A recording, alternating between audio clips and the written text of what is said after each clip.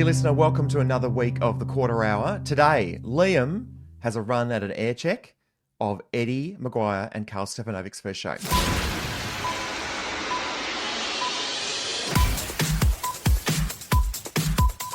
Well, they call him Dr. Aircheck. Actually, do they call you Dr. Aircheck, Liam? I just made that up. You do. It doesn't even make sense, really, does it? Because it should be like Dr. Sound or Dr. Audio or something a bit, you know. Captain Aircheck will do. Captain Aircheck. Got it. I love it. Let's use that. So on Friday, Karl Stefanovic and Eddie McGuire launched The Long Weekend, which is their afternoon show from 12 to 3. I was going to say on the Gold Network, but I actually only think it's in Sydney and Melbourne. I know it's starting in Perth next week, so it's going to go wider than that.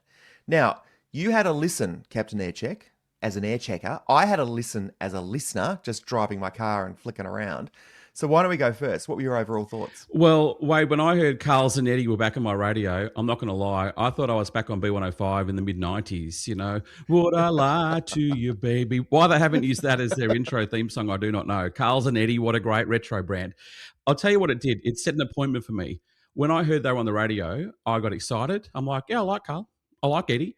And I made a point. I set an alarm on my phone and I tuned in at 12 o'clock on Friday. So, the first thing they did was absolutely right. I set an appointment to listen to my radio. So that worked. Straight away, I thought, these two are major players in the Australian media landscape.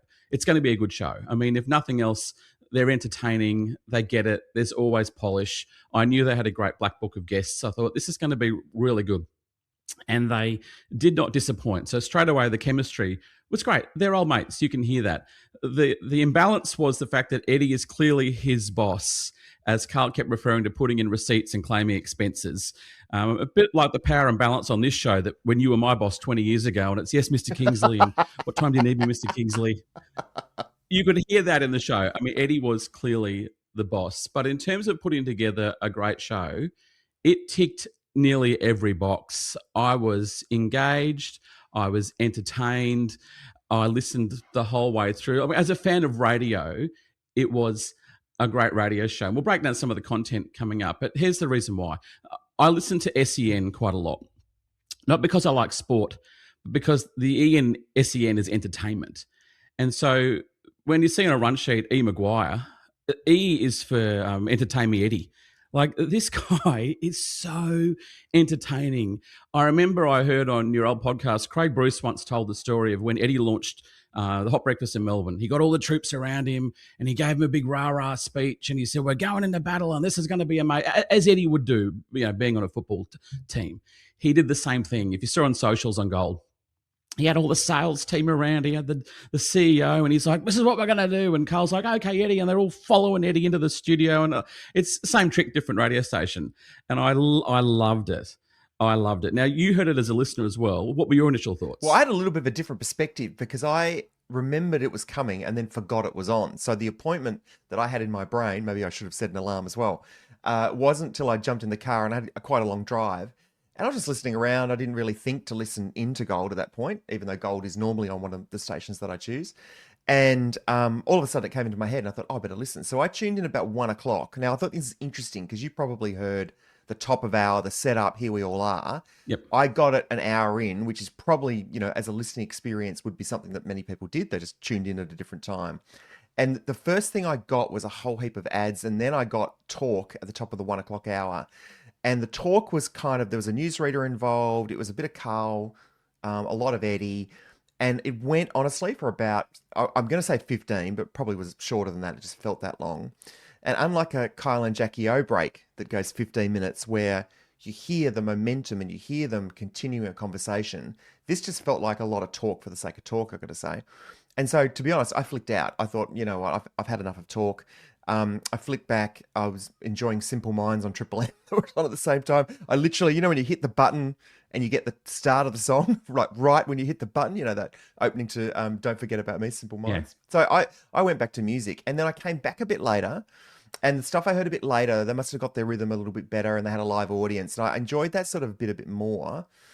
And I really like your point about Eddie being entertaining because I feel like Eddie is such a wind-up clock. Yeah. You know, you stick him in any room. It could be the, you know, Coolangatta Bowls Club. It could be a stage at Rod Laver, right? And he's Eddie.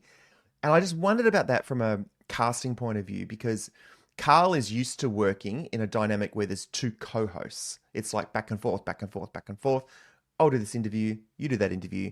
But with Eddie, as far as I know, he's always been the top dog. He's always been the host, and he's got supporting cast, and he knows how to get the best out of that supporting cast.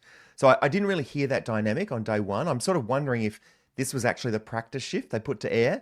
It certainly sounded like that in parts. There was bits where Tony Tonali was great, and there was bits where she couldn't pronounce their names, which turned out to be quite funny. But, you know, overall, I felt like, okay, if this was the first show and they played it throughout the building and not on air, I would have gone, yeah, fair enough. I've got some stuff to work on. So to me, it was kind of a little bit of a clunky first show. That's how I heard it. And special mention to Tony Tonali. She's one of my favourite announcers of all time. And I love Such a trooper, Tony. Yeah. I love her voice. I love her on the radio. You know, she wasn't the ringmaster. Eddie was the ringmaster, but Eddie knew when to bring her in. She told great stories, and she's just got such a great tone.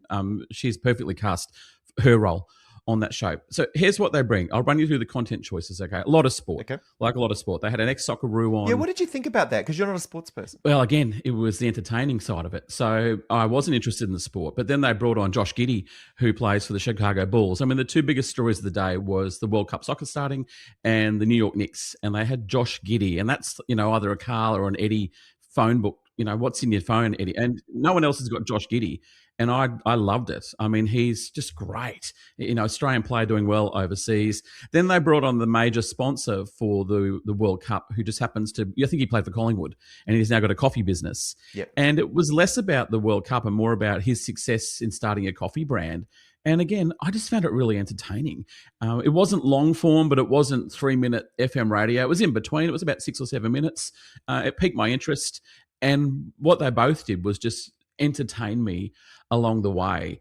You know, we had a quiz in there as well. You know, why don't we play a clip? So they did a phone topic. Oh. They had a crack at a phone topic. They talked about Ugg boots. Let's have a listen. I want to put it out to the listeners. Yeah. Is it okay to go outside your house with Ugg boots on, which I think is completely and utterly fine? And to work as well. And I know Mark Howard, who does the Howie games, he wears thongs everywhere. They're all Japanese riding boots. Right? And I said, mate, you can't turn up. Japanese riding boots. I said, you can't turn up, mate, wearing thongs. Can you say Japanese riding boots? Yeah, they've always done it. They don't call them up there in Queensland? Oh, it might be a Victorian thing. I've never heard of pluggers. Oh, well, there you go. You learn something every day, don't you? I've got those 4-layered pluggers. The ones that have got the blue and the white and the blue and the white, and you can go water skiing on them. I still get conniptions when you say plugger. It's Tony Locker threw his crutch at me that day.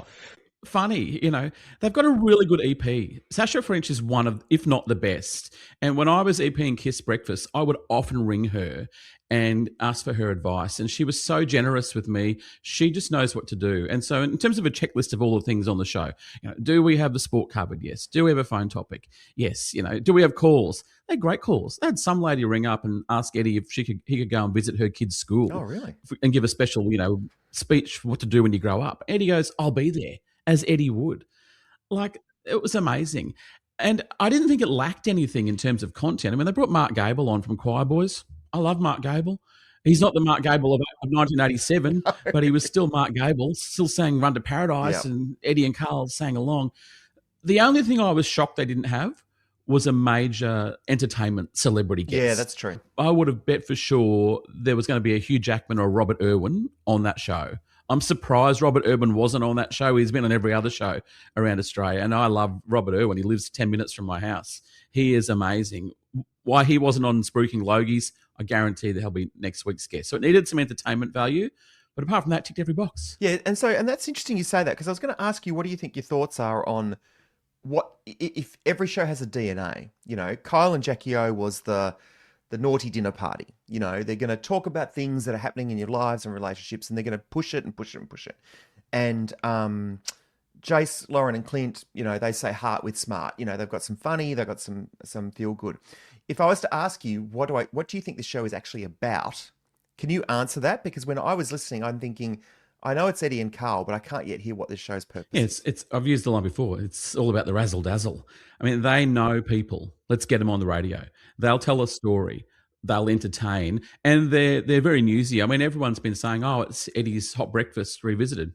Yeah, that's what Eddie does, and he does it well. They're talking about the major news story of the day. They touched on politics. They touched on sport.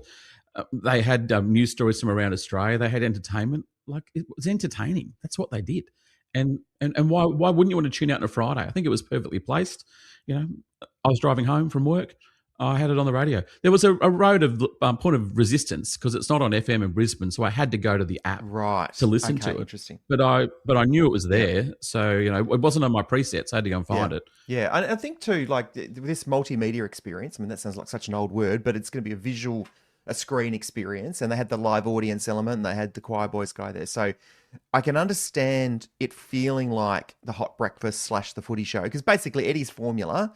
And this is not a criticism, by the way, because it's worked enormously successful, is Eddie as a host, someone funny next to him, and someone who's got some credibility in another space. So with Hot Breakfast, it was Eddie, Mick Malloy was the funny, and Luke Darcy was the football credibility person. And also, importantly, would take on Eddie when he needed to. Would have a debate or have a topic. And so I'm almost thinking from my first listen, Eddie doesn't know any other role. That's Eddie. Full stop. And he's going to bring that, and that's what you heard and you really liked. Karl, I think, has to decide, is he the second banana or the third banana? And I don't mean that in ranking. I mean, Karl, are you bringing the funny? Because if you're bringing the credibility side, I actually think what they need really quickly in there is the funny. The funny is important because Eddie is a great anchor in the sense he knows how to set up someone for a gag. He knows how to lead them down a path, or he knows when to go to them in the middle of a conversation and go, oh, that sounds great. What do you think, Mick Malloy? And Mick will have a line ready to go, So I think from my first listen, I kept thinking things along the lines of the setup for the show in my mind on a Friday afternoon should feel like a couple of mates at lunch, right? A couple of mates having a Friday lunch, having a chat. They've got big names they know, a bit of music. Absolutely. Order another bottle of wine, that kind of thing. And so I would, if I'm in Sasha's shoes, I would be bringing funny guests. I would be lining up comedians. I'd be lining up, to be honest, I'd probably be lining up some more female comedians than male because it's a little bloke heavy, that show at the moment. And I would be having, imagine like a great female comic that just sort of comes in and guest hosts for 1 week. Almost Jane Kennedy style. Exactly. That's a good call, actually. Warm and funny. Yeah, warm and funny. Someone who doesn't have to be like laugh out loud, but can steer the ship in a different direction. So Eddie can go, come on, let's bring it back. And that's Eddie.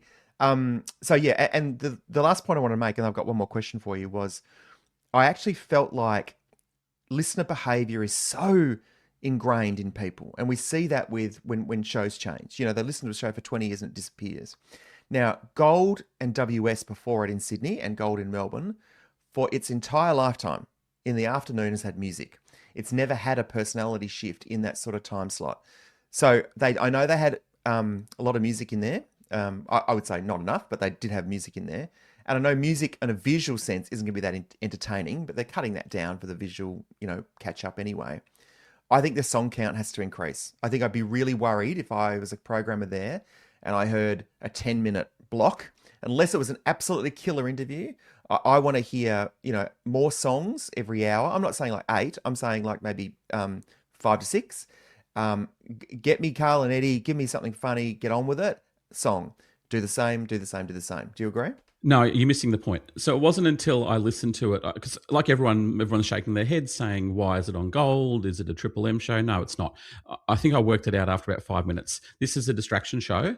They're putting on their own 3-ring circus to distract you from the other 3-ring circus that ARN have going on at the moment, and they did it brilliantly. And this is also a show for the sponsors and the clients. So I'm going to play you the opening break. This is 45 seconds in the opening break. See if you can tick along with how many sponsors get mentioned in the opening break. What we want to do on this show, The Long Weekend, is we want to give away prizes. Mm-hmm. Chemist Warehouse have been a long-time supporter and friend of ours here at Gold, but also me personally. We're going to be giving away lots of prizes throughout the course of the day. A car? A car. Funny you should mention that. Do that. At some stage, Andrew Moore and his team at Lexus of Blackburn. What about your mate from Toyota? Chats with Toyota, Ian Mayer, the Toyota Rogue, magnificent vehicle. Yeah, well, have you got the fancy version? Ian's going to have to spring one for us as well. But at some stage, we will have a magnificent Lexus of Blackburn. Fiji Airways are going to kick in because you're going to be on the road in a couple of weeks' time. You've got to go and cover Royal Ascot in London. So if you're going away, so too are our listeners. Thanks to Hello World and Crown are in as well. So thank you to Crown Resorts who put me up in Sydney last night in preparation for today. I got 47. Was that close? Yeah, so you got Chemist Warehouse, you got Alexis, you got Toyota, you got Fiji Airways, you've got Travel, I've got Hello World Travel, you've got Crown. So clearly, this is a way to keep sponsors happy with ARN. It's a live event. You can invite your big tier sponsors along. They get access to Eddie and Karl. It's fun. They get selfies. They get photos. From a sponsor's point of view, this is amazing. I mean, they were giving away $100 prizes every time they turned on the microphone. Yep. So there's obviously a backlog of prizes they're trying to get away throughout the network, and they're just churning them all through. It's kind of like when the AFL and the NRL season finished. And remember Channel 9 had that show called Sam and the Fat Man for a little while, which was off-season? Yes. So it was Sam Newman and Fatty Vaughton. Yep. Now, what was that there for? I mean, that was purely for the sponsors. Yep. And it was entertaining. Yeah. And I think this has got an element to it. And you hire Eddie and Karl for 6 months. They're doing a song and dance over in the corner, doing it well, keeping me entertained, keeping me distracted. It is an absolute tick and win for radio. And I think it's a great idea. I genuinely loved it. Okay, well done, mate. Well, you're giving it a high pass. I'm giving it a great start, work to do, pass. And I think some of the points we've pointed out, let's see if there's anything that changes week 2. Because also, particularly, I'm not sure if Eddie and Karl are going to be in the same studio every week. They might be in different cities. I'm not sure if they're going to have a guest or a live audience every week. So this could have been a bit of a test to see what sounds and looks good. And maybe they're going to start incorporate that. Well, also, Eddie's team had a bye. Eddie had the weekend off. And I think that might have helped him moving it forward a week. He had no football commitments over the weekend. And you watch next week, they'll bring on the celebrity guests, Hugh Jackman, Robert Irwin. They'll have massive guests this week. And that's what I'm tuning in for. Absolutely. Mate, speaking of massive guests this week, tomorrow, Ross Stevenson, the 3AW breakfast host, who is Australia's most successful radio breakfast host ever. Yes, wow. Have a think about that. He's coming up. I'm going to split that over 2 parts this week. Yeah, it's just so good. And so just remember, we're doing daily episodes at the moment. We've really ramped it up. I'm doing a deep dive on the Fox FM promotion last month, Fev on Your Footy team. So we've got heaps of all the best audio from that. And we really are going to congratulate, elevate and celebrate what was an amazing promotion. And then later in the week, Nick O'Reilly is going to join us from Bay FM. Now, he had a real big personal tragedy in his life where his brother's life was taken and he met the guy who took his brother's life. He shared it on the radio. The absolute rawness of it blew me away. So we're going to get him on and ask him how he did that, how he got through that break. It's amazing radio, and we're all about celebrating radio. So it's going to be a massive week on the pod.